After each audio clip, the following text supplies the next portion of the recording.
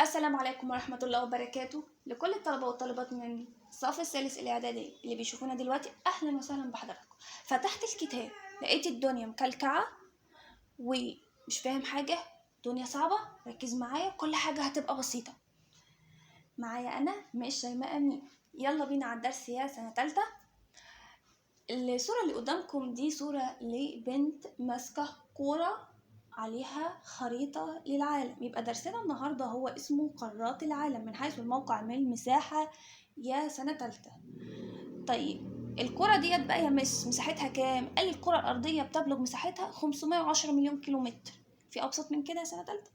طيب الكرة دي بقى فيها ايه؟ قال لي فيها يابس ومية. طب اليابس والمية دول جم منين أصلا؟ قال لي نشأوا حسب نظرية واحد اسمه فيجنر. كان اليابس عبارة عن كتلة واحدة وأطلق عليه قارة بنجاي. اسمه ايه يا ولاد؟ قارة بنجاي. بيحيط بيها محيط ضخم يسمى المحيط العظيم الإوكيانوس. الكتلة دي تصدعت وانقسمت لكتلتين. تصدعت يعني ايه يا مس؟ قال لي يعني انقسمت. كل كتلة يا سنة تالتة راحت حتة، أخذت اللي هي بتبتعد عن بعضها وكونت بقى ايه القارات اللي احنا هنعرفها دلوقتي. كونت القارات الحالية، واللي بيفصل بين كل قارة وقارة عبارة عن بحار ومحيطات. ده بالنسبة لنشأة اليابس والماء حسب نظرية فيجنر. طيب اليابس والماء مساحتهم كام؟ قال لي اليابس مساحته 29.3% من مساحة الكرة الأرضية، والماء 70.7% من مساحة الكرة الأرضية.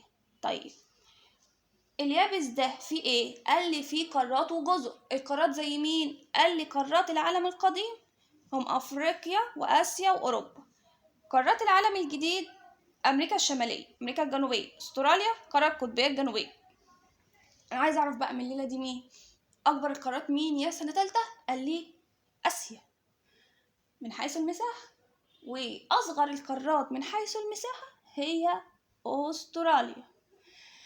طيب الجزر بقى يا مس، الجزر دي عندي جزر في آسيا زي جزر، يلا ورايا يا ولاد، عايزك تطلع فاهم كل حاجة.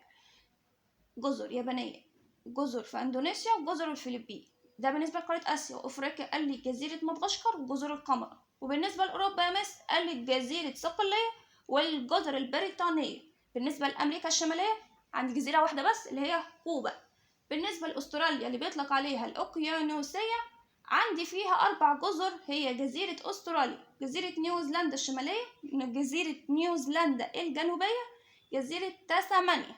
ده بالنسبة للجزر والقارات اللي موجودين في اليابس. بالنسبة للماء قال الماء بيتكون من محيطات، بحار، خليجان، بحيرات، أنهار.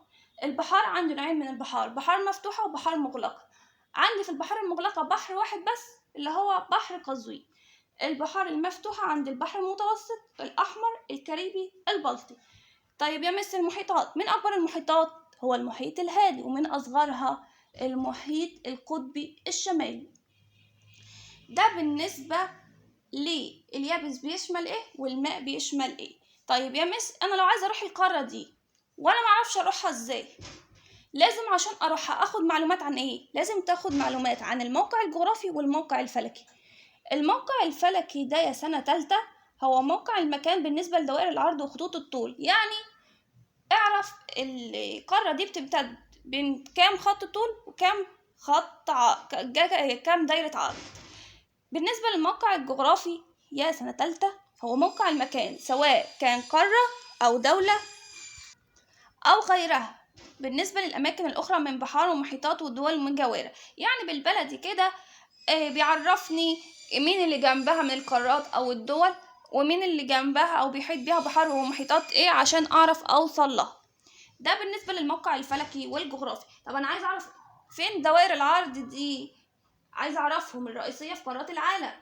عندي دائرة القطبية الشمالية ومدار السرطان، ودائرة الاستواء ومدار الجد، والدائرة القطبية الجنوبية.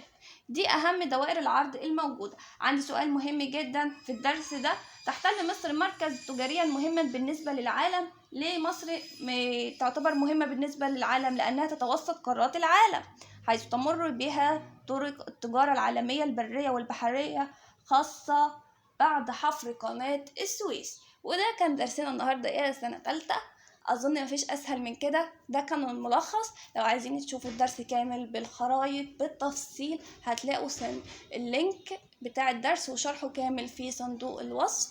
ولو استفدت حاجة أو فهمت حاجة متنسوش تعمل لنا لايك وتشترك في القناة وتابعونا، والسلام عليكم.